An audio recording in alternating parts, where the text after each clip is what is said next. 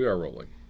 I'm disappointed, though. You took a moment to actually read. Look at the material to make sure that weren't getting... You're not feeling yourself? Did you get your water? I have my water. I have my water. All right. Did you drink your mushrooms? I didn't have my mushroom. You didn't drink your It's mushroom the mushroom. I knew I was forgetting something. I should have taken mushroom juice. I fed it to my mother-in-law yesterday. I'm so less enthusiastic about this. I feel like Tim Ferriss sold me something I didn't want. The mushroom juice? Yeah. Yeah, I could see that. I actually like the instant coffee one. It's whenever I went the full thing and got the more expensive one. Right, yes. That I think you have I'm to... underwhelmed. I think mushroom juice by itself is a hard sell. I think you have to mix it with... You have to have a Tim Ferriss. You got to cut it with Tim Ferriss... Tony Robbins. Tim Robbins. He could even sell Tim it to Robbins me. could the sell hell it. is Tim Robbins when you need him? That's he true. should be selling mushroom tea. Okay, well, all right.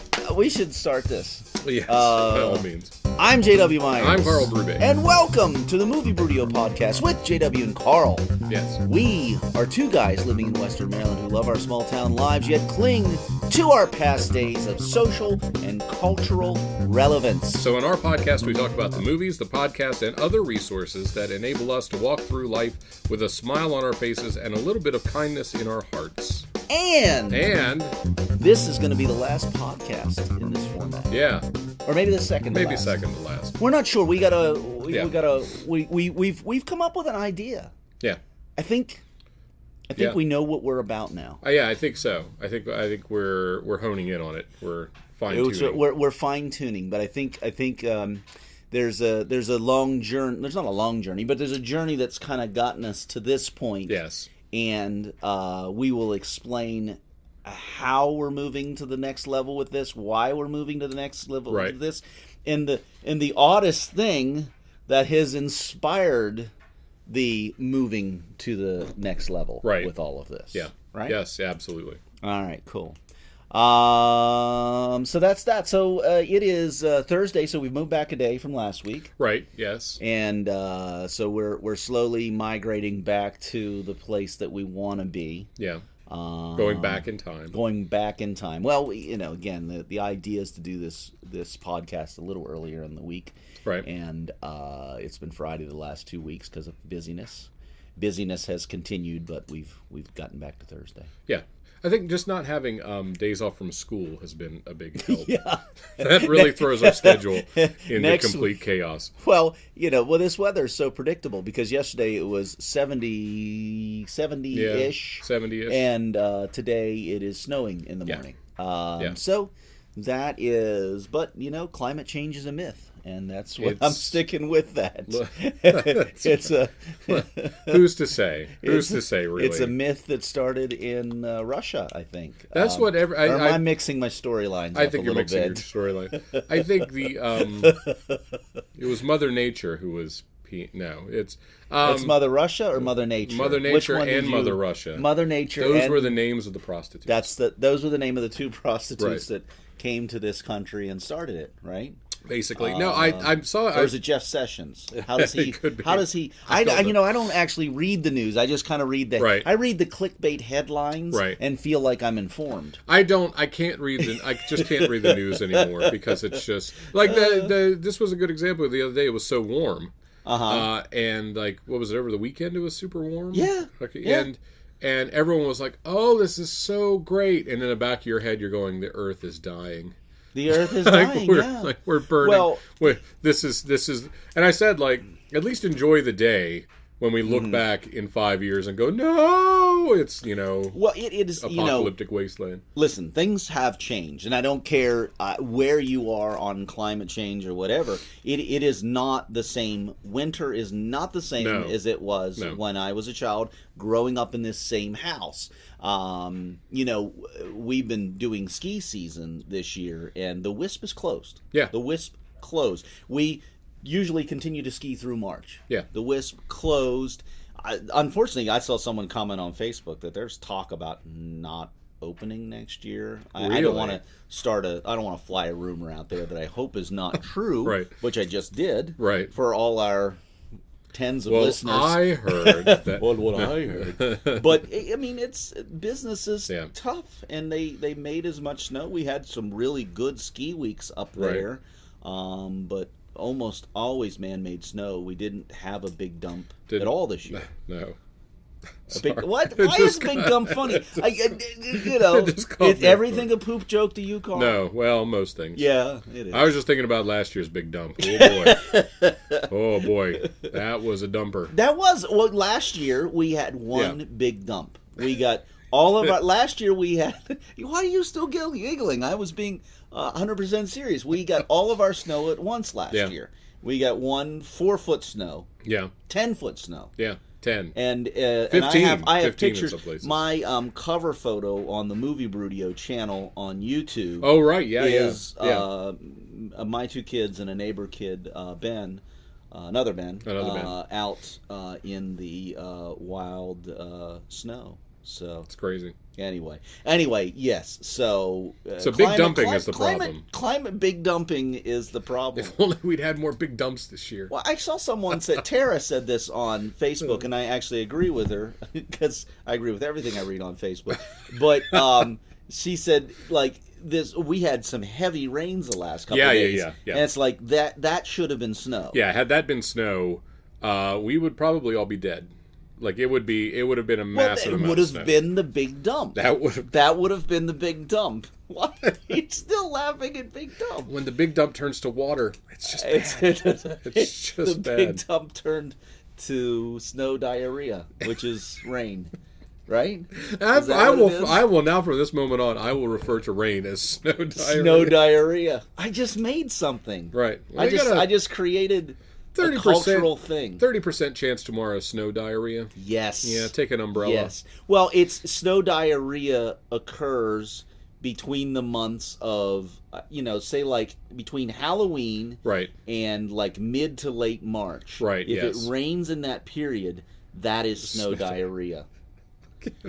I've always wanted to create something. Right. This will be your legacy. That'll be like whoever said that, like Bay, whatever that. I don't even know what that means. Right. But that's like someone created something that caught on. I'm creating snow diarrhea. Snow diarrhea. On your tombstone, J.W. Myers.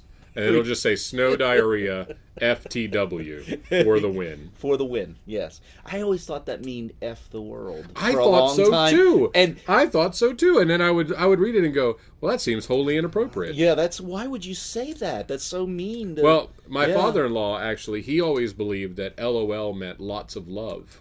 Yeah. And so he would text these, especially after he and my mother-in-law divorced. He would send my wife these text messages. I feel so bad sometimes. I feel like I've just messed up everything and like I've ruined your life. ... LOL. Just go, I don't know how to take this. There was a Modern Family episode when what's his name? The goofy guy who I get compared to a lot in my marriage. Ty Burrell? Ty Burrell. Yeah, right, okay. Where he was like, I'm hip. I know what all the texting terms mean. WTF? Why the face? That's why. That's a Kimmy Schmidt joke as well, where she's talking about. She was talking about like that lady over there is a total MILF. And they're like, really? And she was like, yeah, mature, interesting lady friend. That's a great joke. Yes. And kind of played from that same Ty Burrell and what's her name from Kimmy Schmidt. Right. Kind of play that same area of comedy. Right. Good-hearted. Naif though. Naif. It's the naif. Okay, so we are all over the place, but it's a good all over the place. So how was your week? Good. I finally got over the cold. I'm bouncing back a little bit still from that, but it was good overall. I'm trying to think that anything really remarkable happened this week. It's been all my weeks kind of blend together lately. I start thinking back, going, what happened this week? Why did that happen? Like what? I don't Do you remember think that's anything really bad. Like kids? Maybe. I think so. You get in a routine of like, oh, well, we do this, and then we do this, and oh, it's Monday night, now it's Tuesday night. So I think that's part of it. But like, you remember like a time in your life, but you've had kids longer than I have. Yeah. So there's like I remember a time in my life when I used to have control of my life. Like, I used to be able to plan to do things, set out with a plan to do things. Yes. I'm, in this place I'm in right now of creating a movie studio and writing scripts and things like that. Right. It's not as easy as it was 20 years ago when all I had was myself and my own narcissistic little world. Oh, well, oh, boy, I better finish writing this script. I'm not going to have time to finish my 5-hour writing window today because I've got to get to the gym. Right, exactly. How am I going to get all this stuff done? How am I going to get all this done here in gracious, LA and still stop for an In-N-Out burger? Right. No, we talked before about, we were talking about like when you used to travel by yourself. And now it's like, if you get the opportunity to say like, oh, I've got this meeting out of town, and I'm just going by myself. Yeah. That incredible sense of freedom of like, it's just me. Yeah. And it's not that it's not like, oh, I don't love my family. It's, if the zombie apocalypse happens right now, I only have to get me out of this city. That's it. I don't have to get my wife and my kids and and everyone else. I just have to worry about myself. Like I'm old. God, though, if the zombie apocalypse happened when you were out of town, then like the whole thing would be getting back the whole plot, of The Walking Dead, of the Karl Walking Dead. Karl Brubaker Walking Dead, because we already have a Karl. We don't have a Karl, but of the Karl Brubaker Walking Dead would be getting back home to see if your wife and Ethan are okay. That's true. That would be it, right? Right. I think it would probably be a short-lived show because the zombies would catch me pretty quickly. Yeah. And so it'd be like 1.5 episodes. Karl, we need a season 2, man. 2 episodes top, maybe 3 if you count me being attacked as an episode. That would be the 3rd episode. Right. It'd be 1 episode of me just like, God, get out of town. Got to do it. Got to get my supplies. All right, I'm going to kill some zombies. And then at the end of the 1st episode, I would just be like, man, I don't know about this. And then in the 2nd episode, it would be me going, the zombies make some good points. Yeah. Maybe I haven't really fully considered what it's like to actually eat other human beings. Seems like a lot of trouble. Consume their intestines. Yeah, seems like a lot of trouble to go through, killing all these zombies. And then the 3rd episode, I'm just a full zombie. Mm-hmm. And then the rest of the season is just me as a zombie, just wandering around. Why is it, now I'm back on the zombie logic. Why do they want to eat people? I don't know. Because if they don't have any biological thing to eat people. We've talked about this before. The flaw with a zombie movie is that predators don't pick animals for prey that are as strong as they are. Mm-hmm. Like, lions don't hunt other lions to eat them. Right. Lions pick weaker animals that they can physically and so why are zombies picking the humans, which are slightly stronger? Right. Well, and like in a human, you have resources that you can draw on. Except for those 28 Days movies when you had fast zombies. Fast zombies. And is that what World War Z was too? Weren't they? Yeah, they were fast zombies there? I feel like fast. Do you know who wrote that? Who? Max Brooks. Do you know who Max Brooks is? Mel Brooks' son created that whole World War Z. There's another film. Brad Pitt was doing another one of these things. Anyway, but he's a good podcast guest too. He has a real big brain, and like socially, really big brain. Interesting. And so I can see that, sure. Well, but can you imagine though? I mean, I know, like, oh, what a terrible problem to have. But being brought up celebrity, Mel Brooks, Anne Bancroft's son, and having to create something for yourself that's not Mel Brooks and Anne Bancroft, two show business giants. Like what would you create? I guess you would create zombie fiction. I guess you would create zombie fiction that became like the biggest zombie fiction. Yeah. I think you would have to pick something that was so obscure. Yeah. You would be like, well, hey, come see my band. I play the Tibetan nose flute. Right. And everyone else, it's a band of robots that I built in my garage. And, The Tibetan nose flute. And you just created something. I was going for the snow diarrhea, and you got the Tibetan nose flute. I'm saying, like, that would be the thing. You would have to create something that was so in its own thing that no one will ever compare you. Because really, anything you're ever going to write, anything that you can't act. It's no Blazing Saddles, right? It's no Young Frankenstein. Young Frankenstein. Like, what is Young Frankenstein? But that was really the peak. I think it didn't get better than Young Frankenstein. Young Frankenstein was. You got a look on your face that says you disagree. I have to think about it because I don't want to jump. I'm the a little gun older and say, than you, though. That is true. Don't tell me you're like a Men in Tights kind of guy. I think by Men in Tights it was really... We were done then. We were really pretty done then. You only had Carrie Elways to work, or what's his name? Carrie Elways. Yeah, I liked Men in Tights as a spoof. Like at that point, it's really a parody.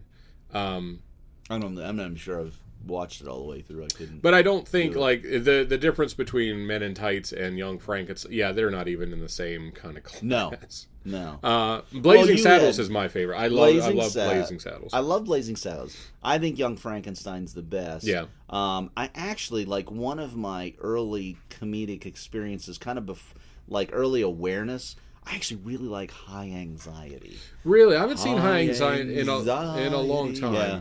Well, it was a spoof of Hitchcock films, right? And it was very specific. And I don't know that film. I don't know, brings me back to my childhood, but there's something I love about that movie. I think History of the World is good. History of the World, just part one though. Part one. Well, when we would do musicals, exactly what they'd be expecting us to do. Right. And when we would do musicals, we would always break into the Inquisition. The Inquisition, what a show! Yeah. The Inquisition, here we go. Yes, I remember that tune well.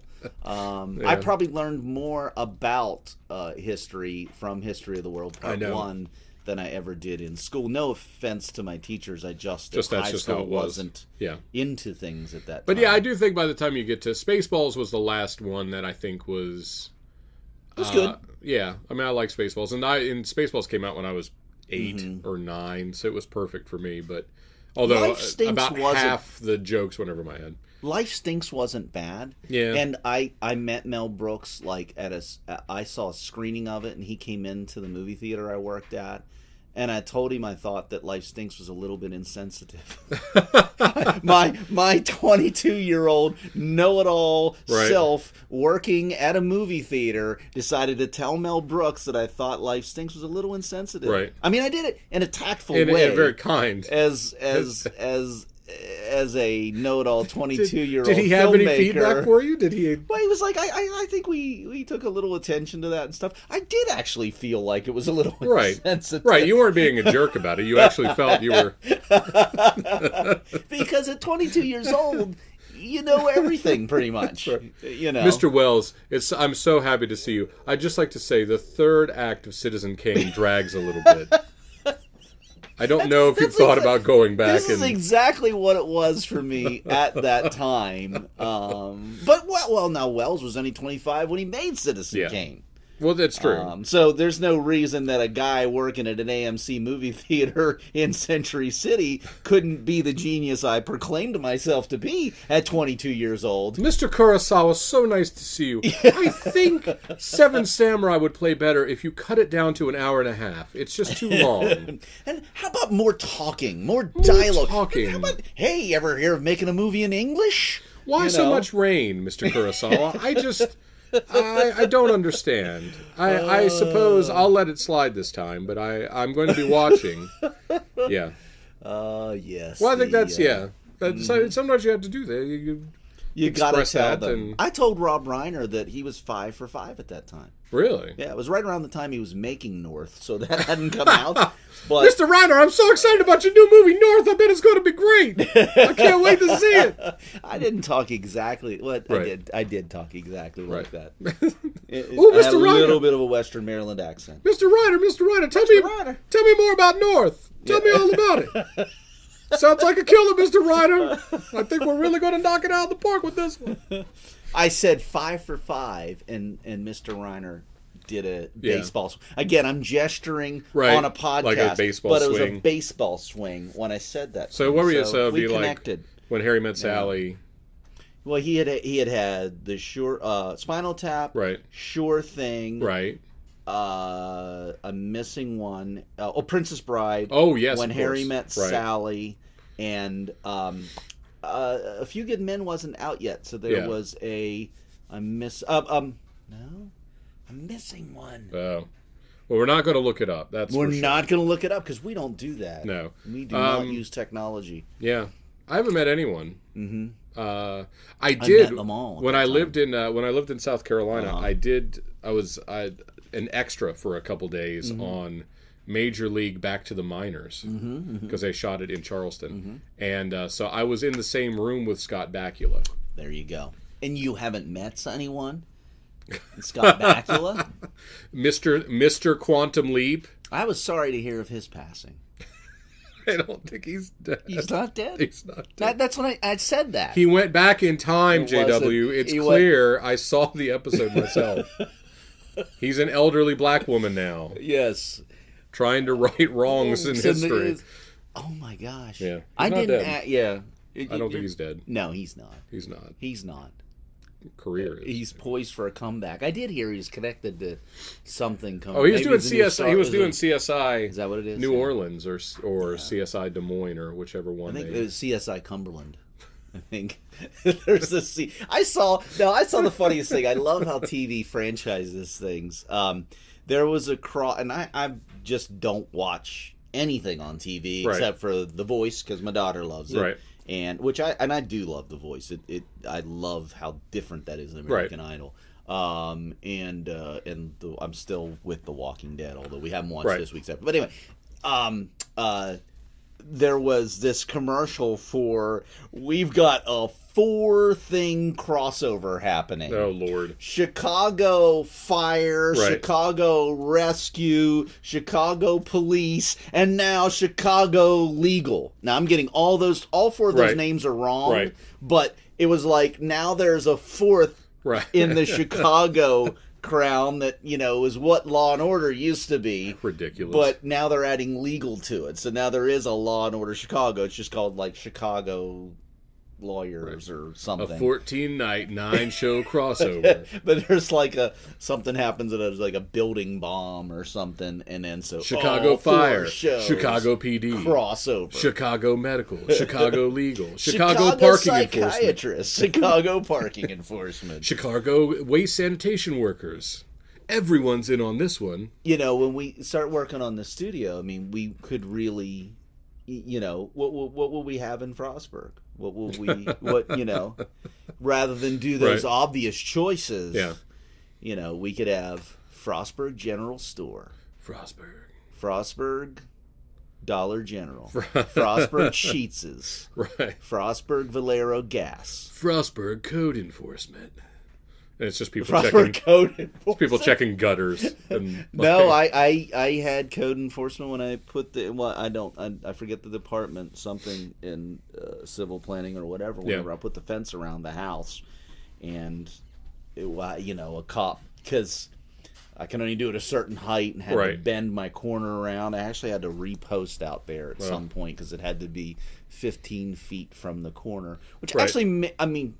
In their defense, it makes sense. There is a sight line, and there is not a stop sign at the corner of Ormond there. Sure. Anyway, but I don't want to kill the eye. I think there's something there for the Frostburg. No, it makes total sense. Comrade. Oh. Are we in communist Russia now? I'll build my fence. I'll build my fence anywhere I want. I'll put it on the road if I want to. I gotta keep the neighbors out of the yard. Yeah. I gotta keep. No, I get it. Yeah. I get it. No, I think code enforcement would be good because then it'd be like real desaturated inside an office. Nobody's ever done that show before. Right. I'm just saying. It's a grizzled code enforcement officer like drinking whiskey out of a coffee cup. And he's just like, some days this job's just killing me. I just wonder if I'm still even alive or dead, you know. And it's like, come on, Kowski, we got a hot one. He's like, here we go, time to go bust a scumbag. Somebody's extended 2 inches beyond the property line over on Mechanic Street. Let's go get him. Let's go get him. You piece of crap, you make me sick. You make me sick. What about the rights of that little girl who wants to bounce her ball down the sidewalk? Now her ball's in your garden, and you won't let it. No innuendo intended there. That's right. Her ball's in your garden. How's she going to get it out? Right. Because your property line ends there, and she says it ends over here. Right. I'm writing you a citation. A civil citation. It's $25, and you can pay it at town hall. You're going to have to move these curbs back, but we ain't got nothing to talk about. How come the rest of Frostburg got a curb, and I didn't get a new curb? I don't know. I'm really upset that, we got to start fighting for high street rights up here, because I got no new curb. Everybody in the town got new curbs but me. I think it's probably the fence issue. They're like, yes, there was still build your fence by the road, huh? No curb for you. Enjoy your broken curb. Yeah. How's that fence holding up? Yep. Yeah. Totally. But no, write that down, because that's a great idea. I've got it. It's already in development. I've got my writers working on it already. Frostburg wastewater disposal. So, well, let's talk about the thing that you want to talk about. Yes. Is this has been a week where we have been listening to a podcast. Yes. Yeah. That, Karl, you brought it up last week on the show, didn't you? Yeah. It's called My Brother and Me. That's fantastic. It's produced in Huntington, West Virginia. The McElroy brothers. It's Justin Travis and Griffin McElroy. And it's an advice show where they give you not across the board terrible advice. No, I think it's always terrible advice. But it's the interaction between the brothers. Which it's really used as a springboard for their comedy. Yes. Which is, that's what to me is really interesting, because it's not it's comedy. They're very comic characters. Yeah. It's not as absurdist as like Comedy Bang Bang, where they're just blatantly riffing on absurd things, and just going. Yeah. But it's not straight either. It's somewhere in that. And I think that's what's beautiful about it is like, it's one part they're being serious and one part they're riffing. And they've created a sort of a slight alternate reality around what the show is. Yeah. But they had a bit in one of the episodes about the advice was for a guy whose friend was a contact juggler.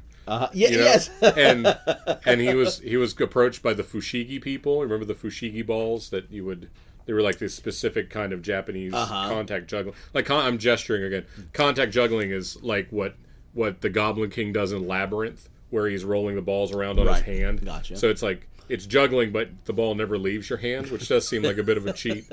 And so this guy had been approached by the Fushigi people to do their commercial, but he had stopped doing contact juggling for money. And so, like, would he because he had been called a sellout by the contact juggling society? It was just fantastic. It was so they and I mean, literally tears running down my face listening to this thing, laughing. It was so funny. I enjoyed their latest episode. They were talking about the Oscars flub, which we'll get into on our podcast too. I found that very funny. I have two minds about my brother and me. I find them intermittently funny. Yeah. I tune out sometimes. It's actually a really great podcast for me because I don't have to listen intently. I can put it on in the background, and when I'm doing something, I can tune in and I get a laugh. But I can also, it's easy for me to kind of tune out as well. Right. But all that said, even while it's kind of for my taste, what I like about it is that I think it's the kind of show that's evolving the podcast into what the podcast is going to become. Right. And that is non-celebrity based entertainment. Right.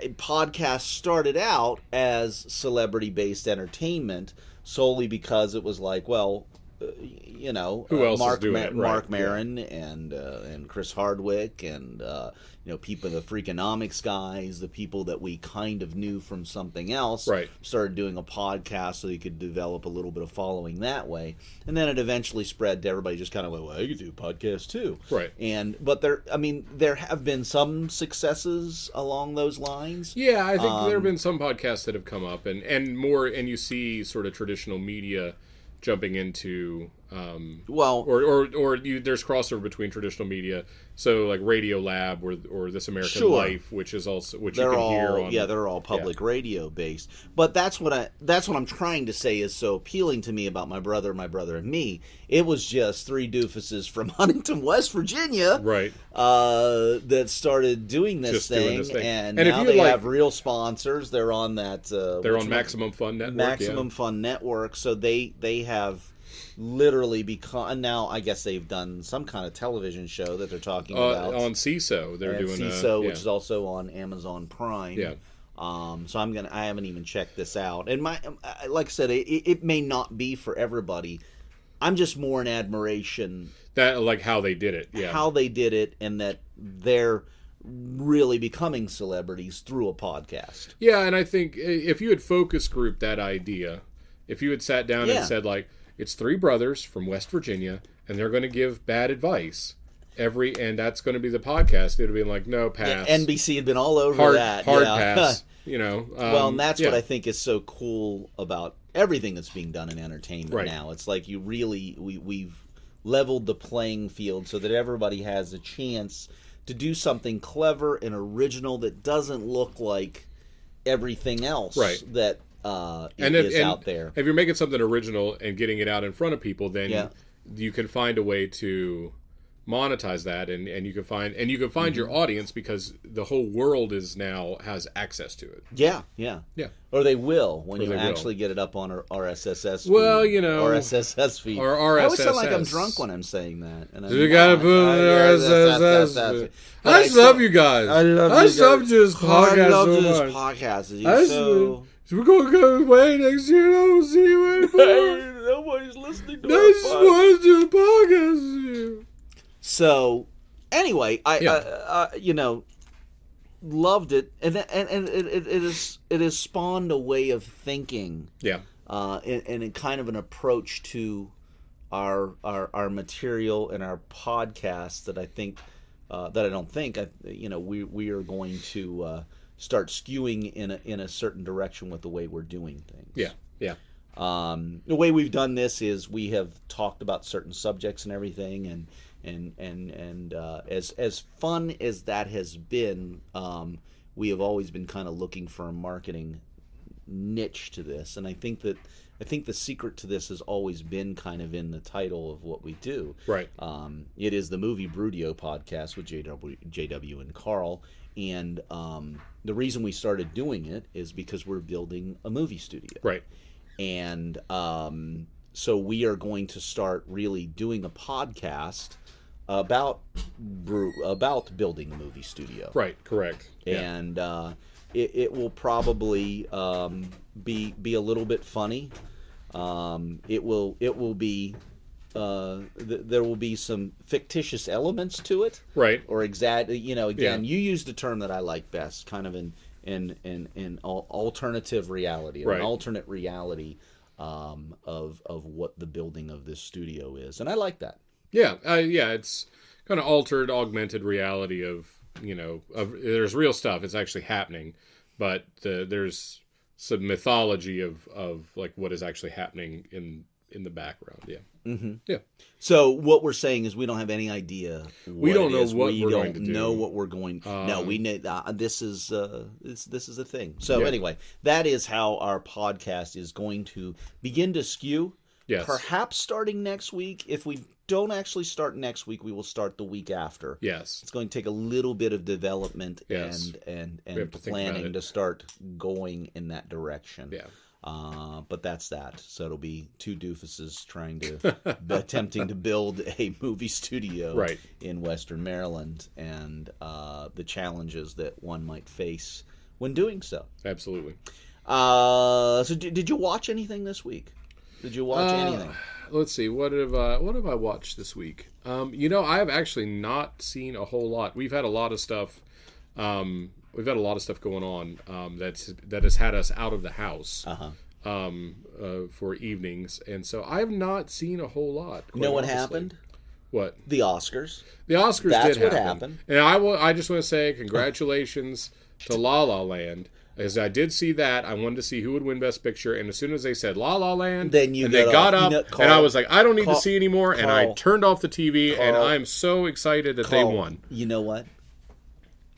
Congratulations. Thank you so much. I feel so good for those kids. Yeah, just plucky kids making a great movie. And you know what? I stuck around for the first two speeches. Right. Brilliant. They were very, very good. gracious, and at that point, winning. you can just turn the TV off. You just turn it off because there's no point or the in DVR seeing, cut off. Right. You don't need to see the rest of it. Didn't need to see anything else. No. Well, I go back to last week. So, I got a story. Well, first let's talk about the Oscars, then I'll backtrack. Okay. So, that was a fun moment in television. I read about it on social media before I went back, and because I fell asleep during the Oscars. It's amazing to me that something like that can actually happen. Well, okay, and this is where we get into big conspiracy theories stuff. The fact is, the Oscar, commercial filmmaking, the Oscars, that whole thing, star systems, all that stuff is going away. Yeah, and I don't care who you are, it is going away. That again, it's part of the podcast mentality, the Netflix mentality, and everything that's going to draw us away from worshiping the Warren Beattys and Faye Dunaways of the world. Yeah. But and they're not stupid, they know that. Right. It's just the way it's constructed now. Right. But could that have been a thing? Could that have been a planned thing? I don't know what the if it had been a planned thing, what's the end game? The end game was. I mean, everyone. It is a week later. We're still. What's not a week? It's 4 days later. We're still talking. You're talking like that gaffe was planned to gin up a controversy. Yeah. I don't know, man, because Price Waterhouse Cooper are they're taking a beating over it because if you're the envelope guy.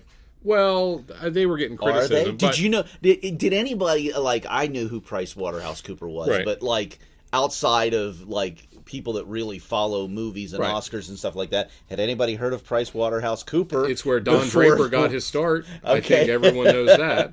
Yeah. I think I don't know that it was intentional because. But I don't think they're nearly as upset about they're those two will never be involved with the Oscars again. Well, I mean, there's an argument for that because you've got one job.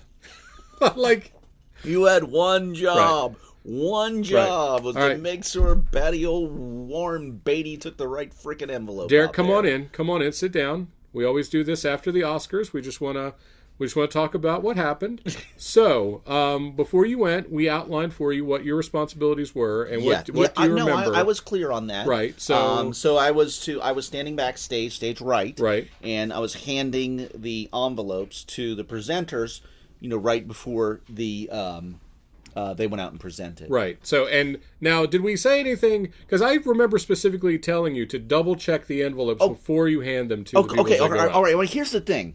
Because Emma Stone had just won Best Actress, and you know what? She is smoking hot. She looks just like an ex-girlfriend of mine. No, she doesn't. She does. She does. No. And so I was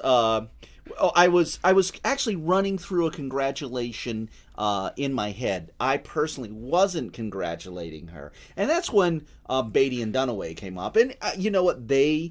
At one time they were very attractive people. There's no doubt about that. They have aged even gracefully. Sure. But if the visual images are Faye Dunaway, Warren Beatty, and Emma Stone, which one of those three are you paying attention to? I'm more of a Medea man myself, but sure. But I think it was really just the one job. Picked up the envelope that was there while ogling Emma Stone, right? And it turns out, you know what happened? It was actually the duplicate because Emma had entered from the other side of the stage, right? And so it was actually the backstage right envelope that. So You can see how that would happen. You know, and you know who else was there? Billy Crystal. Who doesn't love Billy Crystal, right? And I was just talking to him. Derek, you had one job. That. You had one job. You know what? And it was just really important. All you had to do was hand off the envelope. Okay, let's talk about next year. Okay, let's talk about my job next year, because I think there's a way that this could be handled better. Okay, I'm willing to hear it. What's your suggestion? Maybe if the envelopes were different colors. Okay. Maybe if maybe they could be like in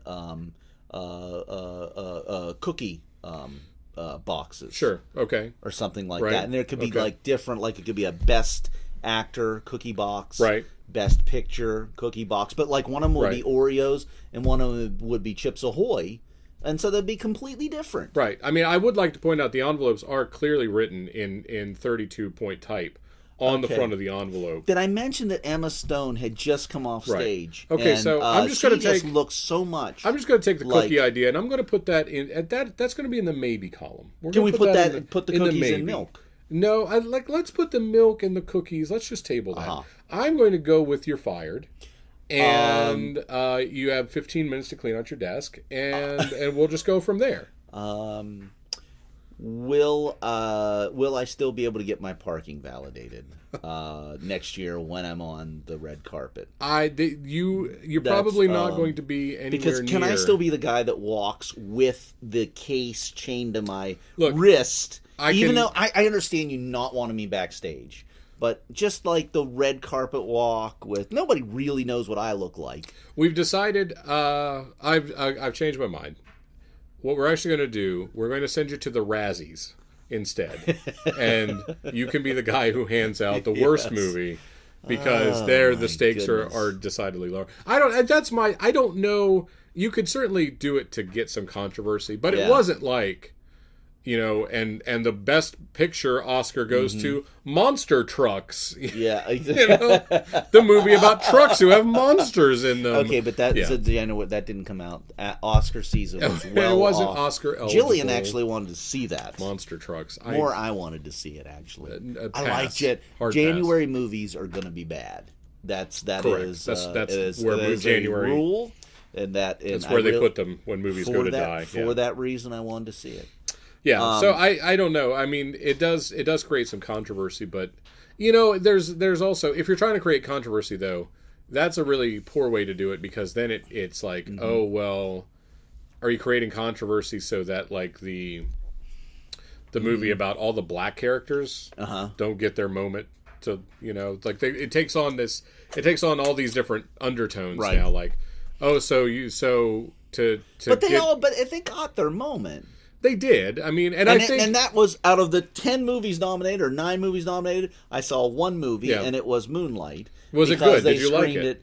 Well, there's a funny story. So let's start. Here's what happened. Let's start at the end. Oh, there is a here's what happened. Okay. Unfortunately, and it's really funny. Okay. But at the end of it, yes, it was a absolutely brilliant film. Right. Starting 20 minutes in to the end. Okay. Was a really brilliant film. Those first 20 minutes when what's his name that actually won Best Supporting Actor was in. Yeah. I pretty much missed his performance. Okay. But we'll get to that. But yeah, it's a wonderful film, and it is a real filmmaker's film, is a real director's piece. So I thought it was brilliant, and just one of those things like, wow, I've never seen a movie about this before. Right. And what haven't you seen a movie about before? And I don't even want to say the subject matter because I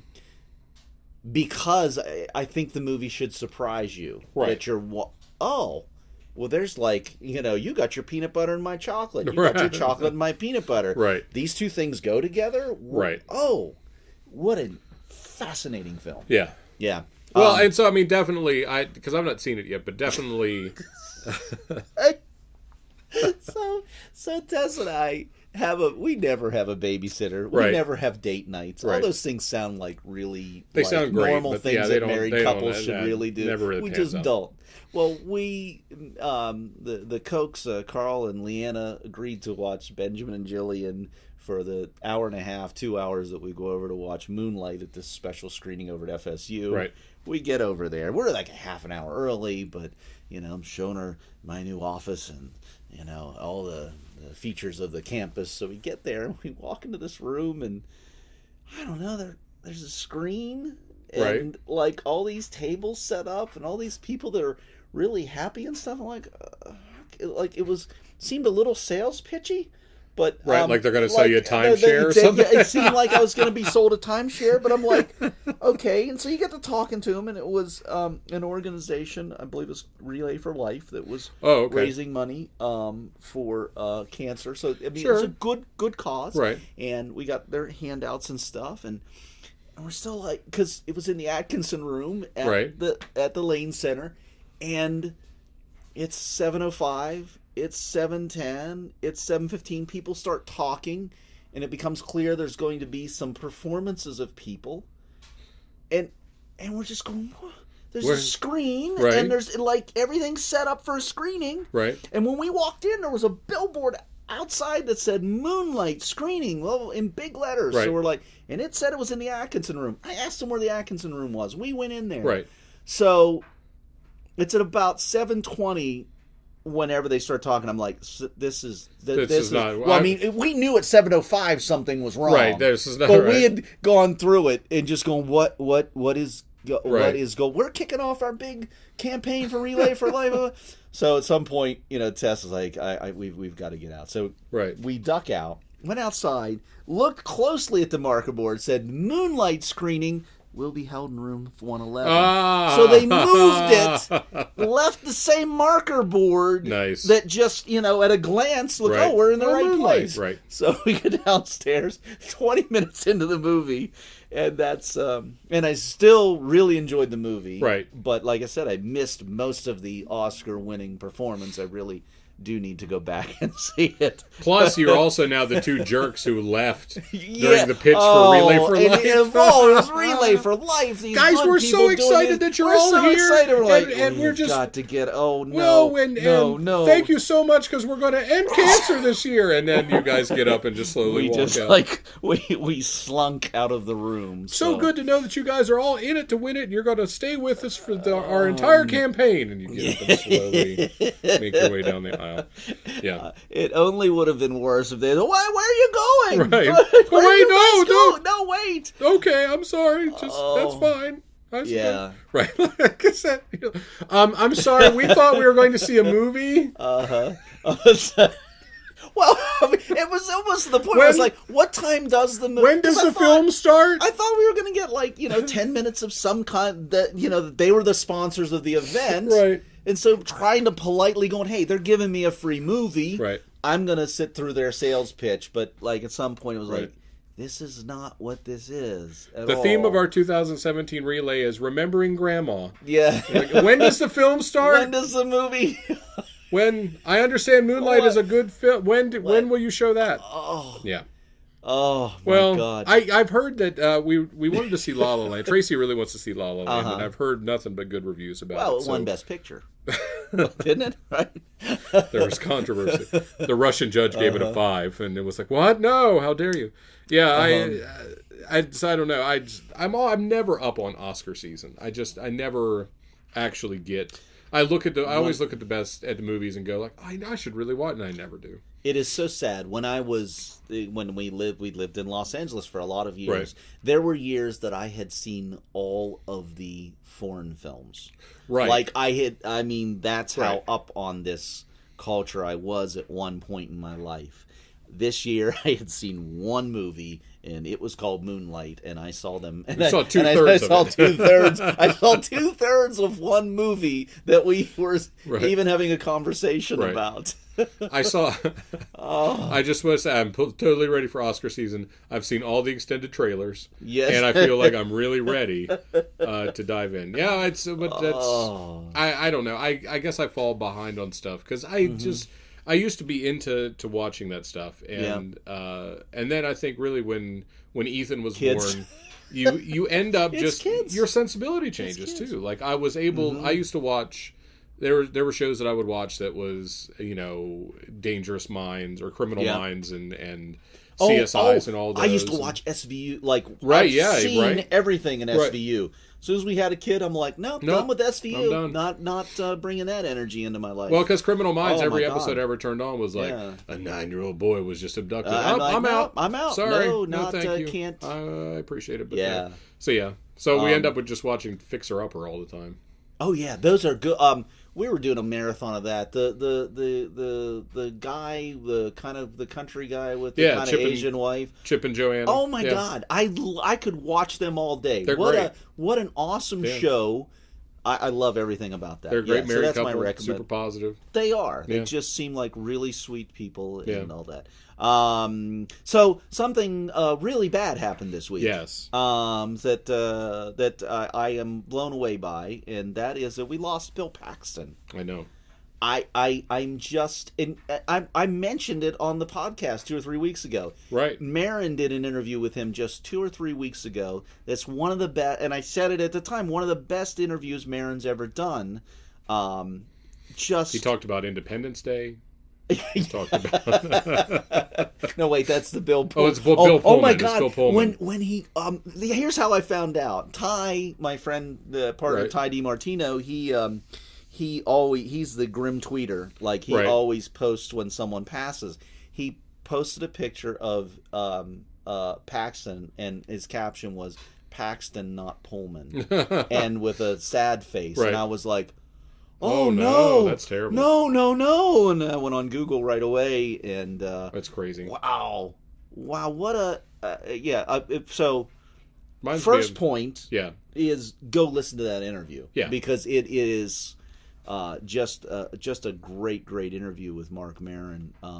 Just talks about his life, his work, and I don't know. I think a lot of his genuineness just comes through, and he just seems like the sweetest guy in the world, which no one has said anything different. Well, and he's one of those working guys, just like one of those. I always think there's that level of actor that. Hey, looks like this guy's a couple cans short of a 6-pack. Right, I mean, just from Terminator. Right, like there's all these different like this strata of kind of character actors and those guys. You go, it's that guy, who hold up, I think, the whole edifice of making movies. Like he's the glue. He was a Phil Hartman. Yeah. He was a Christina Davis. It's like, it's the guy who on a baseball team is a utility infielder for 10 years, and then he scouts and he coaches for another 30 years. And he's just one of those guys. You go like, he was a decent player. He's been a good scout. He's a good minor league coach. He's always around, positive, Yeah. Yeah, it really was. He's another Phil Hartman. That's just the Hartman that was just like he's the glue that holds films together. The glue that holds Hollywood together. Yeah. It reminded me of that joke. I can't remember who it was. It was a female comedian. I'll think of her name eventually. But she was talking about how her mom always ruins everything in her life. And she goes, my mom, she's the worst. She was like, she was the first person to call me when John Lennon was shot. And she said, oh my God, did you hear? Jack Lemmon was killed. I know how much you love Jack Lemmon. Yeah. Yeah. Oh. Bill Paxton. Yeah, one of the good ones. Yeah. One of the good ones. Now, one thing I did learn about him, I listened to, he didn't mention this in the podcast. It came up, and I think I mentioned this in the podcast a while ago. The song Fish Heads. Yeah, that, but first of all, Billy Mumy is one of the creators of Fish Head. Billy Mumy was, what's his name? He was Will Robinson on Lost in Space. Yes, he was the kid on that. The kid, yeah. And he was also several episodes of The Twilight Zone. Most notably, was that's a real good thing you done there. That's a real good thing when he wished them out into the cornfield. Nightmare on Maple Street. Nightmare on Maple Street. Yeah, that's probably the best. Well, no, one of the top 5 Twilight Zone episodes. Yeah. Anyway, episode. Billy Mumy was the one that did Fish Heads. Right. Years later, Dr. Demento hit. Right. What I just learned this week was that Bill Paxton, one of his, I believe it was NYU film projects, was shooting a music video of it that apparently got the song in more circulation. And I remember seeing the video on old reruns of SNL from like the early '80s, when Comedy Central was rerunning all SNL. Yeah, and you just watch it go, that's weird, man. That's weird. Well, he originally aspired to be a filmmaker. And started working for Corman, and subsequently, like everyone does. Everyone that came through right. Corman there, but he got thrown in front of the camera, and it caught on because he, How funny. Yeah. I think about him and like guys, like I saw that you liked Maurice LaMarche. Who's going to be in one of the Comic Cons or whatever. But that he's a Facebook friend. Is he? Yeah, that dude has done everything. I mean, he was the voice of the Brain and Pinky and the Brain, and he's done. See, I remember him from Young Comedian Special. He was in that original 10. Yeah. With Seinfeld and Kinnison and Louis. Yeah. And the whole bunch of them were in there. But Maurice LaMarche was one of them. He used to do impersonations. Yeah. And then the only guy I ever saw who did an Orson Welles impression. Yeah. And a really good Orson Welles impression. That's a joke from the when you remember The Critic? Yes. Right? John Lovett's show, The Critic. Yep. They had a fake commercial that Orson Welles did when he was doing those commercials wine for those wine commercials before it's time. Yeah. And he was like California's greatest wine, reasonably priced at $1 a gallon. And so then he's doing a commercial for these frozen peas, and he's like Nature's Harvest frozen peas, full of healthy greenness and delightful penis. I'm not saying that. And then he walks off eating a handful of frozen peas. And he's eating a handful of frozen peas, going yes. Yes.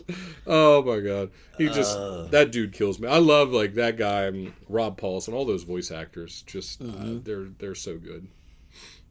I also listened to a Maron interview that he did on Sunday with Raoul Peck. And he made a documentary film about James Baldwin called "I'm Not Your Negro." I'm Not Your Negro. I want to see that movie so badly. This guy is originally Haitian, but I mean, it actually became very political. Right. But his perspective was just very, very intelligent, very, very spot on. It was one of those, Maron didn't get 2 words in. I mean, this guy just talked for an hour and a half, and it was a really good interview. I think when you start with James Baldwin, who I think is one of the top 5 great American essayists and great writers, and his ability to, his book, The Fire Next Time, is a fantastic book. He wrote extensively on race and sexuality. He was a gay black man who ended up in Paris and was in Paris during the Civil Rights Movement and was debating, Baudelaire and all these French whatever, and saw what was happening in America and came back to America to talk about civil rights and because he said, I felt like that was my duty to come back and do this thing. Incredibly, just a brilliant guy. And there's a letter, I think it's in The Fire Next Time, that he writes to his nephew James, who is his namesake, talking about like the struggles that he went through and that James' father went through, his brother, and talking about how you can't let these things break you, and talks about the idea. He wrote extensively on the idea that race is a construct that's introduced to separate people and to elevate people above other people, and that the only way to move forward is to disabuse people of the notion that that they can be demarcated by race. Incredibly brilliant guy. There's a book of conversations he does with, her name escapes me, but where they talk about, these sort of spiritual ideas, grace and forgiveness, and really, really, I love James Baldwin. Yeah, and I really want to see that movie because he's such a great guy. I definitely do now, and of course, all credit to Baldwin, but I was really taken by this guy, this Raoul Peck, the filmmaker, just a brilliant perspective himself, right? In all of this, didn't set out in his life to be a filmmaker, right? just kind of, the work chose him, so to speak. And and I think it's narrated by Samuel L. Jackson. Yes, yep. In a very not in what you think of Samuel L. Jackson as kind of what you think of him from the movies, where he's an exaggerated version of himself. Right. It looks really, really good. Yeah. So anyway, that's where I am. Did you listen to anything other than my brother and me? No, it just that's really what I've listened to more than anything.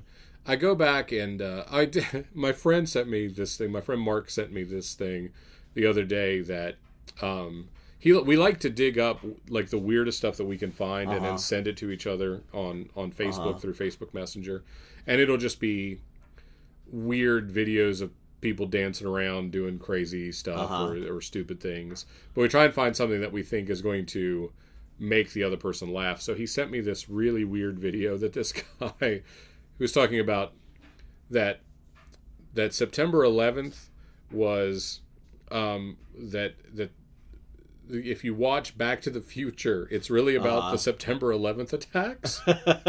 And he uses all these really, really circumstantial things. And I was just watching going like, I don't know how you get to this point where you go like, that's the thing that talks like it was just amazing to me. Wow. It was the one thing that I watched and just laughed at and thought, this is just, I don't even know who did it. But it confirmed to me that idea that when you think something is true, then you can find circumstantial evidence of it anywhere. If you think aliens are real, I mean, of course they are, but if you think they are, then you can find evidence of it. Sure. Well, it goes back to, whenever I was, again, I got to start at the end of this story. There was a Radio Lab, I believe it was Radio Lab or This American Life episode about backward masking in music. Oh, right. About that whole thing. Sure. And where, like, you can play a clip of music backwards and it says something. Now, the first time you listen to it, it doesn't say, it just sounds like gobbledygook, like, right. But then if you say, well, that sounds like it says it's fun to smoke marijuana. Oh, yeah. When you play that back, then it's like, oh, that does sound another like one it's bites fun the to dust smoke marijuana. if you play another it's one fun bites to the smoke dust. marijuana. Yeah. Right. But clearly there was no intention to do anything like right. that. But when you suggest to someone that that's what it says, then that's what they will hear. Right. When I was a teenager, okay. So my mother in particular was very Bible thumping, right? And so in my early teen, I mean like mid-teen years, right. I'm talking like 14, 15, 16 years old, right in there. I was just starting to listen to popular music, and I really wasn't into a heavier rock at right. this point. Well, there was some preacher on TV. I want to say his name was Gary Greenwald or something like right. that. I remember he's out of Garden Grove, California. Okay. I always remember this. And he was preaching about the evils of rock music that was contained in the backmasking lyrics. And he had a 2-cassette set nice. Of all these examples of him preaching about it. Examples from Black Sabbath and Blue Oyster Cult, right. Queen's Another One right. Bites the Dust, all of these. So we ordered this set and listened to it. And that's what got me into rock music. I was like, this is freaking awesome. Great. Man. This is so awesome. And they're worshiping the devil. I am so in. Twofer. This is great. And so that was truly what really pushed me over the edge. And right. I became a heavy metal guy after that because so funny. There's something about that being loving right. what you're, because I still kind of had that sort of right. that fear-based Baptist, you're gonna burn in hell right. kind of thing. So there was something that was attractive about the fear that made me, oh man, I got to get further into this rock music stuff. Yes. Yeah. No, I think, I mean, it was sort of the same way, which, I mean, honestly, if you think about it, playing a Queen record backwards, if Freddie Mercury was going to tell you to do anything, start to smoke marijuana is about the tamest thing that Freddie would have ever told you to do. Like, you know, I mean, if you listen to a Queen record backward and the only thing you got out of it was, maybe I should start smoking marijuana, you probably got off easy. Because seriously, there was a treasure trove of things that he could have introduced you to. But I'm just saying. So, yeah, I don't know. I wasn't really into heavy metal because I was too young. I should get you these tapes. Maybe that's these what tapes. I'll do. I think I ended up giving them to Tommy Spear. Oh, man. Well, I'll have to call him up. I'll call Tommy and see if he still has these tapes. I was just awesome. I was a little too young. So by the time I was like 10 or 11, so like 88, 89, 90, it's hair metal at that point. Yeah, that's Winger, Warrant, you Slaughter. Whoa! Those are not hair metal. Hair metal bands were, Poison and Rat, and Motley Crue. Once you're into Winger and Warrant and stuff, that's past the expiration date. You don't know my life. We do not acknowledge them. Yes, it's what. No, you were the kid with the Winger shirt on. I was that kid. I was like, do you guys hear the new Winger song? It was really good. No, I found Madeleine the other week. We got in a discussion on Facebook about that. We found Madeleine was actually kind of a cool Winger song. I don't remember. I'm trying to remember. Well, of course. Yeah. So there was Winger. Warrant was Cherry Pie. That was their. Yeah. That was their. There was a song on that album called "I Saw Red" that I really. Yeah, liked. I liked "I Saw Red." Warrant had a couple. And there was things. Like. That was their second album. Their first I album. think they had a song called like Uncle Tom's Cabin or something about somebody throwing a body in the bayou or something. It was a very dark song. Yeah. Trying to think. Yeah, there was Slaughter. Slaughter had Up All Night. Yeah. Once again, you're kind of past the expiration. But that's the thing. It was really played Ozzy, out. Of course. It was really played out at that point. Yeah.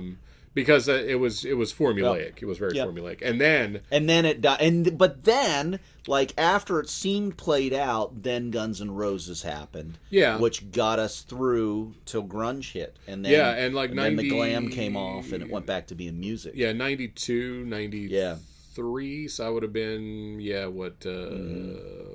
13, 14. Yeah. And we got infiltrated from another region, and it wasn't just coming out of L.A. Then we got the Seattle influence, the Seattle stuff, and a whole and that was new brand. I mean, I remember Nirvana was not. I was not a huge Nirvana fan, so I'm not going to pretend that I was, but that it opened the door for all of this other stuff, Soundgarden and no. Actually, to hear Chris Cornell, again, another great Marin podcast, Cornell's my favorite to have emerged out of that. He's still making good music. Yeah, I love Cornell. Cornell, actually, Soundgarden was the first.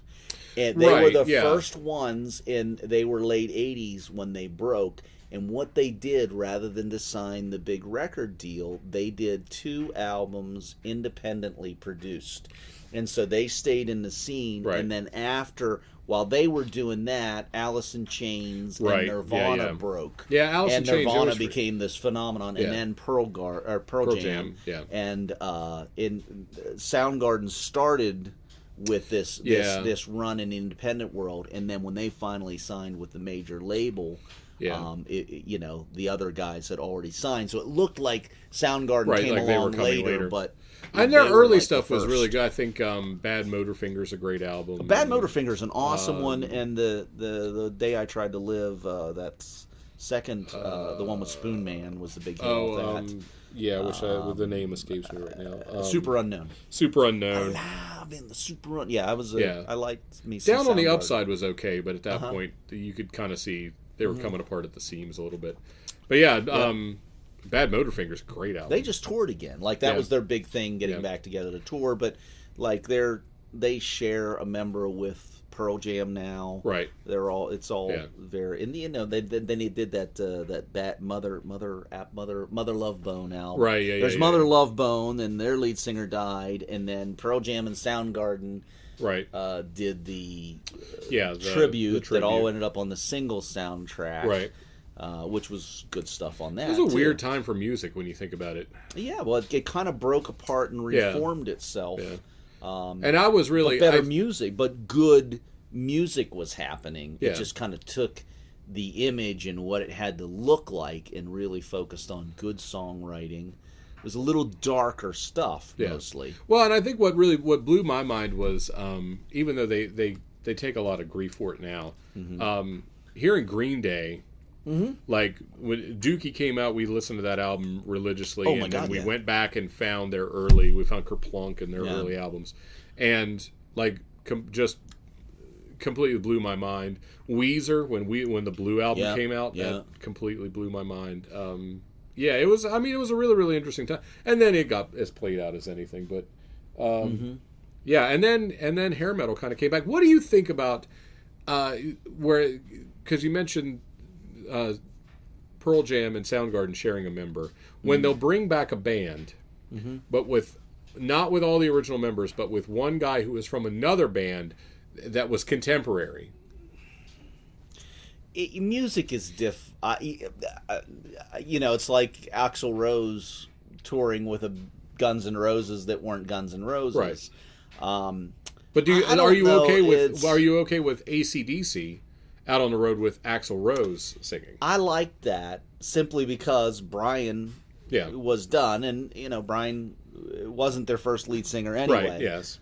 From all accounts, one of the nicest guy in the world. But super nice. Deaf. Yeah. And I actually liked Axl singing for them, and that's a controversy because I hadn't liked Axl for years, right? Because of what he had become. I thought was I thought that he broke up with. I loved Use Your Illusion 1 and 2. Yeah, I thought were very fantastic good albums.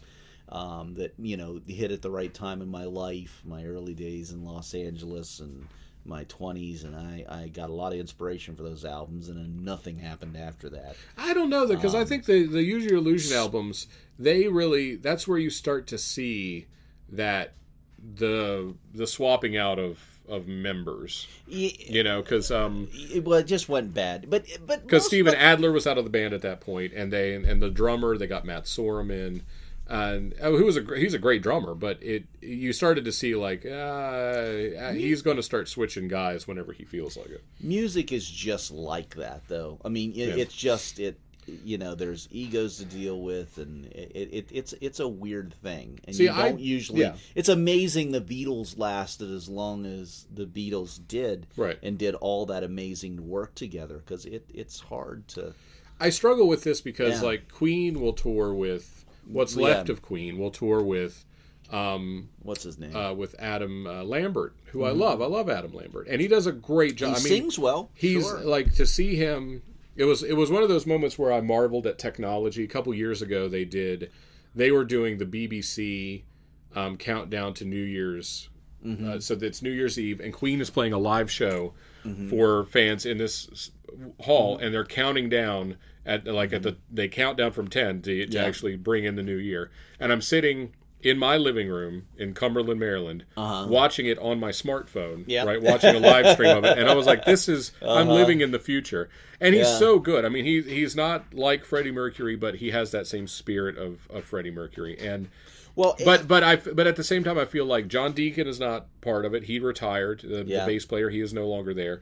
So it's Brian May and Roger Taylor, playing, and then they've got a bass player, and then they've got like another guitar player, and they've got somebody who plays the keyboards, and then they've got Adam Lambert. And so it's like, it's not really that. Well, we could get into talking about Pink Floyd forever. I mean, they started doing bigger shows after Roger Waters left, but for me, Pink Floyd was always Roger Waters. Now, this brings up this takes us back to the Ghostbusters argument, which is right. Does just because we did a female Ghostbusters, whether you loved it or not, does that ruin the two movies we did? No, I don't think Queen did what they did. Right. Freddie is definitely dead. Right. He's not with us.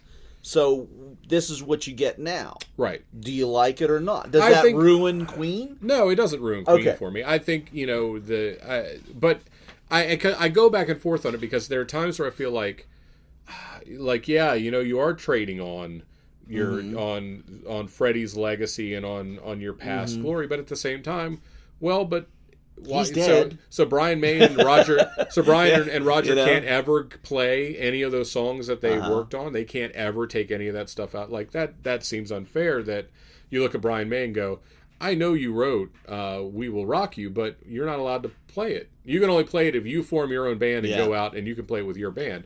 Like, I think that's more difficult for me. The fact that Axl and Slash still exist in the world, and they can't work it out and go play together. Yeah. I was like that with what's his name, with the lead singer of Stone Temple Pilots. Scott Weiland. They to me kind of saved rock and roll. Yeah. Like STP they was a great preserved band. it. Yeah. It's like after the grunge, then they were just the great rock and roll band that. Shangri-La-Di-Da is a great album. All their albums, I really liked. Stone Temple Pilots. But anyway, they just, he couldn't get his personal thing together. Well, and I think that was it. I mean, that was always my take, was that his personal stuff was bigger than the band. Yeah, and you get to a point where you just have to say, dude, I can't do this anymore. Well, then it becomes that whole thing, and this is a controversial thing to say, but it is that where the music coming from the horse, right? Is the reason? Right. Did we get 5 or 6 great STP albums because he was on heroin, and that's where it came from? I mean, I think it's probably more that, to me, I think it's probably more that you've got someone who is like, that personality requires that personality is going to manifest itself with all these different things. So one of those things is going to be incredible songwriting and this incredible musicianship and this incredible stage persona, and it's also going to manifest itself with a heroin addiction, right? Like, it's not that the heroin is causing the greatness, but it's that you can't look at that guy and say, it's kind of like I think James Hetfield went through this when it was like he was, he was doing drugs and drinking and going to strip clubs and whatever, and was burning out. Like, so how do you reinvent yourself when you take all that stuff away, all the stuff that helps you get to that place where you need to do it? I think you can still do it, but you have to learn these new strategies to get there. See, I've never, I don't know. I can't speak to that level of addiction. Right. I mean, like alcohol or weed, my limited experiences with either one of those. Right. Like, I've never been, I've been in creative spaces where I think I've written some decent things. But I can't access those creative spaces under the influence of anything. Right. It shuts down my creativity. Yeah. I can think cool thoughts, but like being able to like type or form anything coherent out of it. So that there's a disconnect for me. For anybody that says that's how they get to those places, I think it's kind of the same argument that you can have with Prince, who was a musical genius. Sure. And I think a genius who operated on a level far beyond what anybody could understand. Right. And but that manifests itself in him, when he's on American Bandstand early in his career, and Dick Clark goes, how long do you think you're going to be around? Do you think you're going to have a long career? And he doesn't say anything. He closes his eyes and nods his head and holds up 5 fingers. Just like, and that was his answer. That's how he answered the question. Yeah. Like, you think you'll be around 5 years? You think 5, you like, what? Yeah, well, how is that an answer? But to Prince, like, if you were on his level, you would go, well, yes, clearly. But it's like, that's, so you look and go, oh, that dude's crazy. No, so what the heck did he mean by that? I have no idea. You'd have to ask him. Because it was 5. He died at 56. I mean, it was just... So that doesn't make any sense. I don't know. Maybe but again, maybe he just has, maybe he has problems. Well, maybe in this one realm he is undisputedly a genius. Right. The music, my friend Steve Sullivan gave me the Musicology album a couple years ago. It's so good. Still making great stuff into his 50s. Yeah. And then, but in another part of his life, I mean, he's a damaged human being, right? Well, and I think, or maybe he wasn't. I don't know anything about him personally. I think there was some damage. I think there was stuff that he was always working through, because you see the themes he keeps coming back to in his music, which are the sacred and the profane. You know, like the sacred imagery and this hypersexualized imagery that he would combine together. So there's something there. It's not something that people typically throw together. But I think he just operated at a level that was so far beyond what we could understand, that he, you know, and so he didn't understand. He also was able to build this life around himself where he had people who, if he needed, you know, 20 gallons of meringue at 3:00 in the morning, they could procure that for him, you know, and the expectation was, what is meringue? Like on meringue. Yeah. Like lemon meringue. Like lemon meringue, like on a pie. You know, or like if he was like, look, I think let's run into town, let's go to Costco and get some groceries. Go get the horse-drawn carriage. Yeah. And like, to him, that was just like, this is how we would do it. He just, you know, Kevin Smith does a whole thing where he was, he was hired to do the film for him, and you just realize that he's operating at a level that he understands, but that, you know. And here's my issue: is there I guess it's just my issue with true genius. Yeah, and I think true genius is a really short list. Yes, and I think that you might actually include Prince on that actual list. Yeah. But there are a few people that are on that list. Most of them, you know, I well, who would you put on what's that the list? difference? Who is a true genius? Yeah. Wow. I'm having trouble. Right. You know, the first name the first name that came forward was Robin Williams. Right. Yes. The first, I'm trying to think of people in my profession that I would say this person is truly a genius. And you know, I hesitate with people that have a similar skill set. Right. Yeah, I mean, I think... But Robin Williams, I think I could put him there. Yeah. There's not a lot of people in show business that I would put there. I think and especially today. Yeah. I think that the skill set is limited. I don't think there's all that much to it. Yeah. Or maybe I just don't give them the credit they deserve. I'm not sure. Yeah. Robin Williams, I'm looking for a second. Yeah. Not quickly finding. I mean, second. I think that I think there are people who are like, when you see, it's like people who have incredibly high IQs. Mm-hmm. They statistically suffer from higher. Stephen Hawking, Robin Williams, and Prince. That's what we've got so far. I mean, I think there are certainly really smart people. Donald Trump. I don't know. Why is that funny? He didn't make my top 10. He didn't make your top 10? He didn't make the cut. Yeah. I think when you look at people who are really smart, I'm just going to keep going.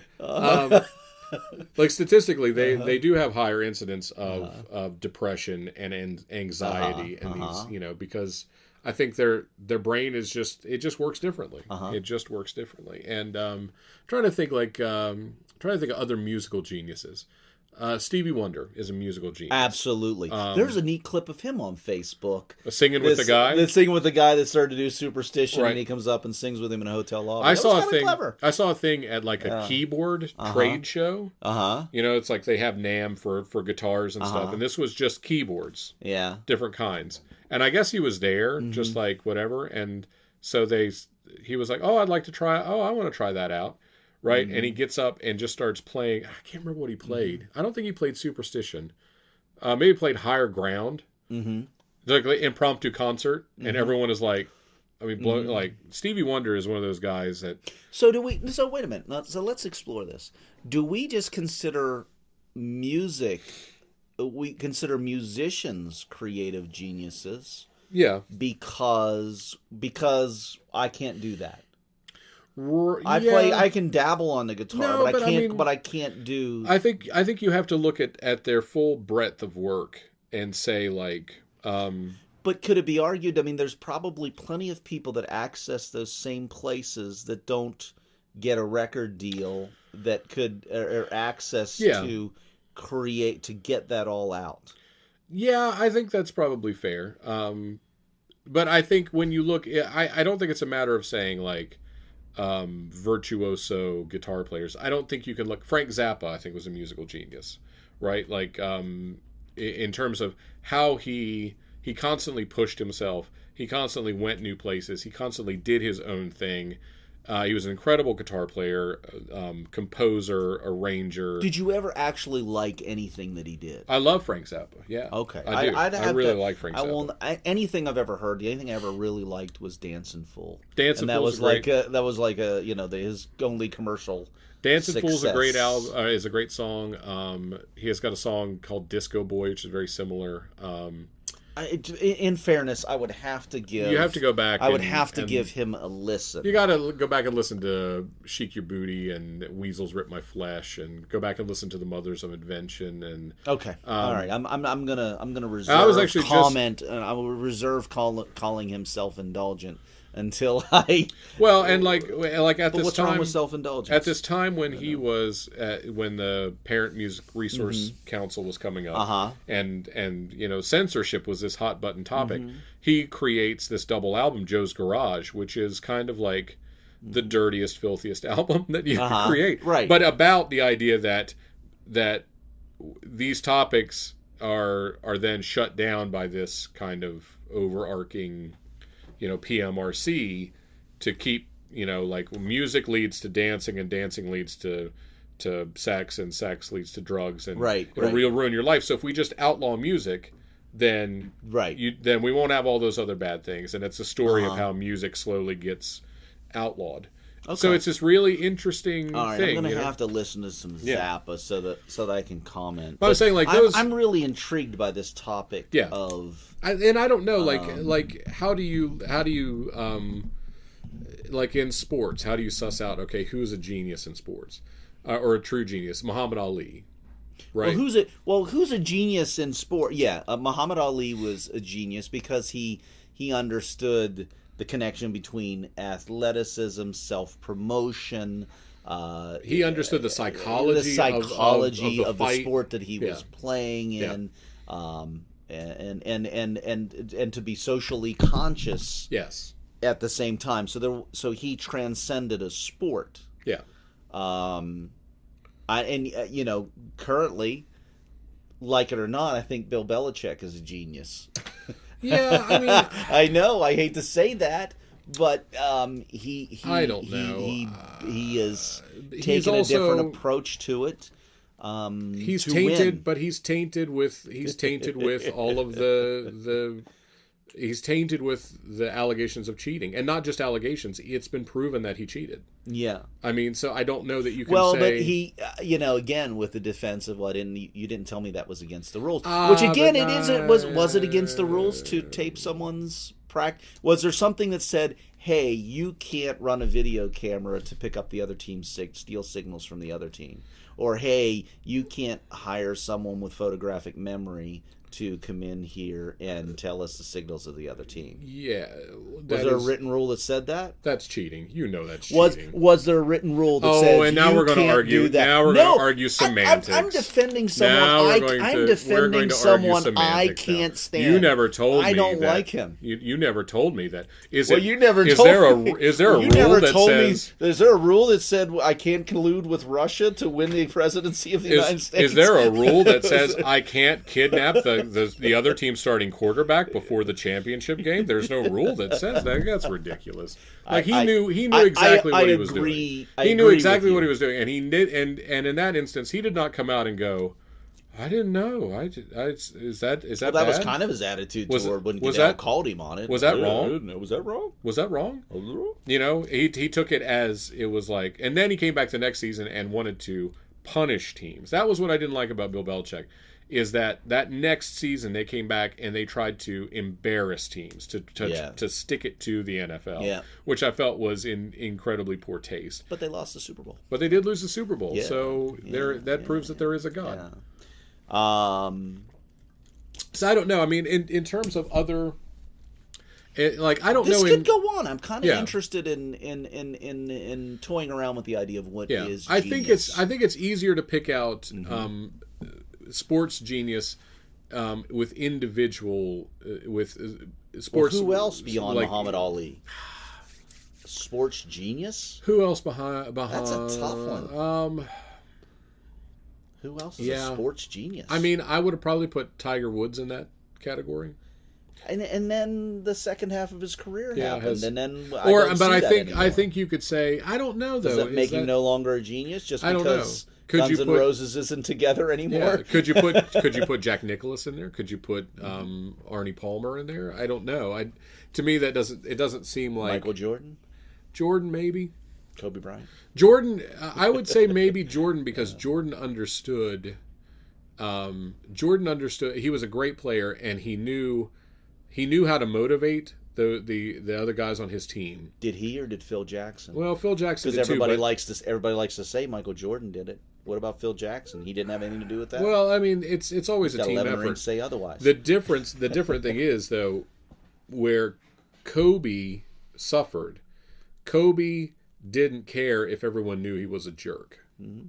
And Jordan always wanted to protect his image as the nice guy, the franchise, whatever, that could make money outside of that. Kobe didn't care. Kobe would call guys out. Kobe would go, he's not playing well enough. He would give guys the cold shoulder. He would, While Phil just stood back, collected those rings. And with Jordan, Jordan was like, it's a great team and blah, blah, blah, blah, blah. But he was the guy who he held them to, he also, basketball was, and I'm a Kobe guy, not a Jordan guy, just for the record. But at the same time, Jordan's era was very different than Kobe's era. Yeah. Jordan's era, basketball is just coming into prominence, just coming, emerging to be the leading sport in the nation. Right. So he has an image of the game that he has to protect much more so than Kobe in his era, where he can say what he wants because it's established now. Right. So it's interesting. Yeah. I don't know, and I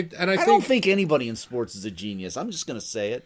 I don't know. I mean, except for Muhammad Ali was a great example. I will give him that. He's a great example. Yeah. I mean, I think there certainly I have great personal heroes from sports. Jackie Robinson is a personal hero of mine. Clemente is a hero of mine.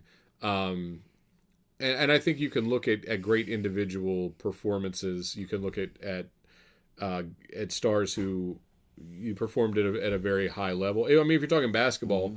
Bill Russell. Mm-hmm. Now I don't know. I would say, what does the word genius? What does the word genius really mean? And I guess that's why I hesitate to give that to anyone. I would say sports wise. I would say in sports, Gordie Howe. I would put Gordie Howe in that category because when he played for the Detroit Red Wings, in that era of what they call the original six, which is a misnomer, but he every night he had to go up against one of the top 5 or 10 goalies in the world, or not in the world, but he had to go up against elite level competition every single night. It's not like Sidney Crosby. If they're playing the number 2 team in the NHL tonight, they could have the best goalie in the league. Tomorrow night they could be playing the worst team in the NHL, who's got basically replacement level goalie. Right. So that's Gordie Howe, and it's the same for defensemen, and it's the same for forwards and for centers.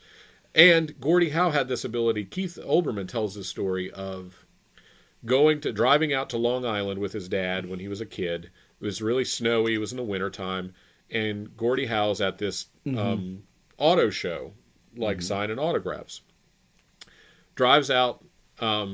Gordie Howe signs a thing, and when Keith goes to get the postcard back from him, Gordie Howe kind of sticks it way up high in the air, and then when Olbermann reaches for it, he kind of shoots it down real low, just to mess with him a little bit, to get him to laugh, and and he says, thanks for coming out, whatever. And so then 30, 40 years later, Olbermann is interviewing Gordie Howe and says, I came and saw you, I got your autograph. It was at a trade show, an auto show, when I was 8 years old. It was in 1956 or whatever. And he goes, "Oh yeah, it was at the Marriott. It was really snowy that night. I'm surprised you made it out."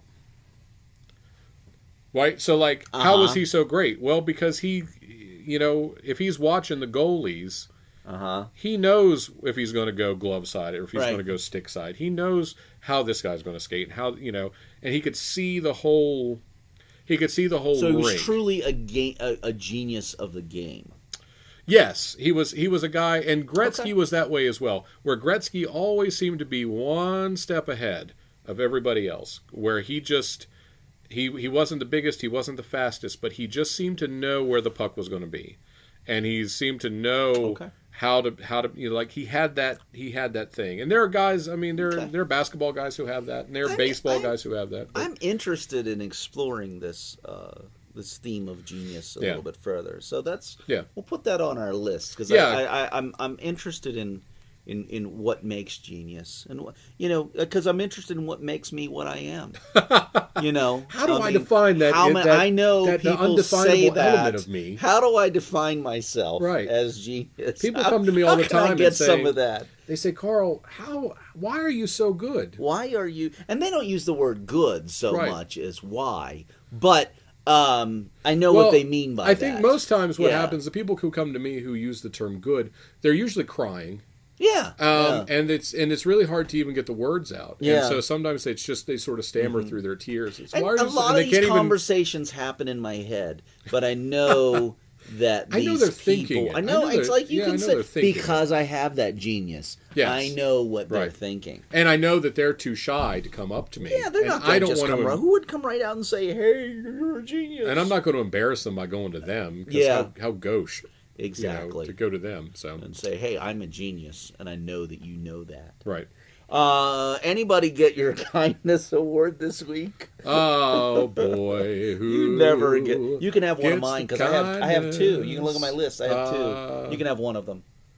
Man, really? Yeah. I'll take Bill Paxton. You're going to take Paxton. Yes. Okay. Well, we've already established one. Actually, there's a neat little Conan shared a Paxton story. Yeah. About why he was so kind. It was just a cute little story about that. Yeah.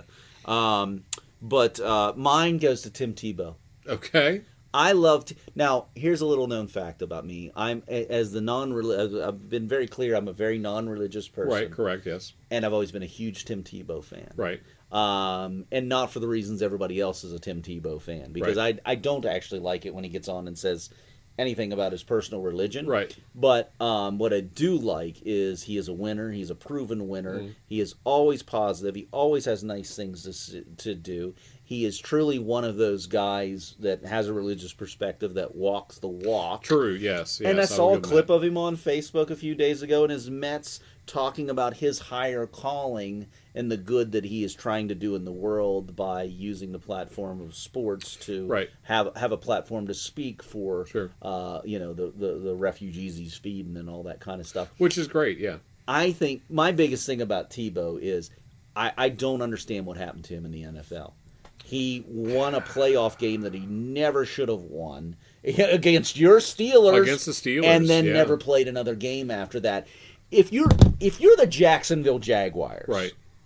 Why is he not your quarterback? It doesn't matter. He is the hugest at that time, 5 or 6 years ago. Right. The hugest marketing opportunity in the game was Tim Tebow. The Broncos didn't want him. Right.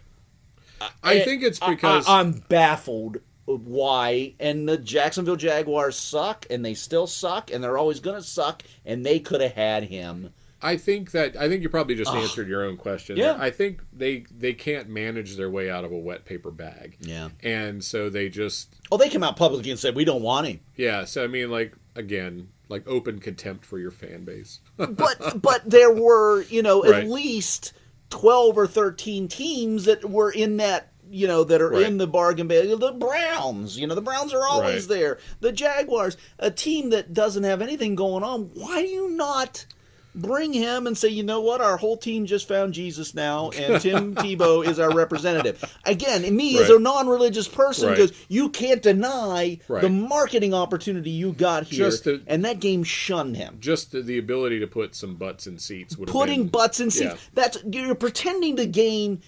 The NFL pretended the game was about something other than putting butts in seats. Right. whenever they shun Tim Tebow. Right. And again, and it wasn't even like if he was just a complete a-hole, that would be one thing. Right. Jeff but George, he never had a bad thing to say about anything. Even, right. yes, he would like to say stuff about Jesus every once in a while, but he was always positive. I got to thank my teammates. We got good teammates. We got good people around. Like, he just never had a bad word about anything. How did that opportunity slip away from the NFL? I'm baffled. It's why the Jacksonville Jaguars are where they are. They still suck. I have a feeling. Yeah. They still suck. So he gets my kindness award just because I saw him at a press conference saying nice things again. Very good. I will always be a Tim Tebow fan. Okay. Just because he only has kind words to say. That's good. So that's as good as any kindness award I've ever come up with. So I can't criticize. And you stole my Bill Paxton. I did. So there's that. Thank you for that. I do appreciate it. All right, we have things to do. Yeah, so we got to go. I got to go teach a class. Yeah. So I guess that brings us to a close. That's it. It was a spirited conversation. Yes, I agree. And had a good time. Yeah, as always. So once again, I'm JW. I'm Karl. And this has been the Movie Brewdio podcast with JW and Karl, number 11. Number 11. Is possibly the last of this form. Yeah, we'll have to. Know. Yeah, we'll have to see. We'll see. This could be the end of an era. It could be the end of an era. Yeah. But there will still be a podcast every week. Oh, it yes, just might absolutely. sound a little different. Absolutely. We'll see. All right. Well, once again, that's it. Oh, that's it. You don't even remember our catch. It's already ended for you. I've already cashed out. That's it. Fort Pitt.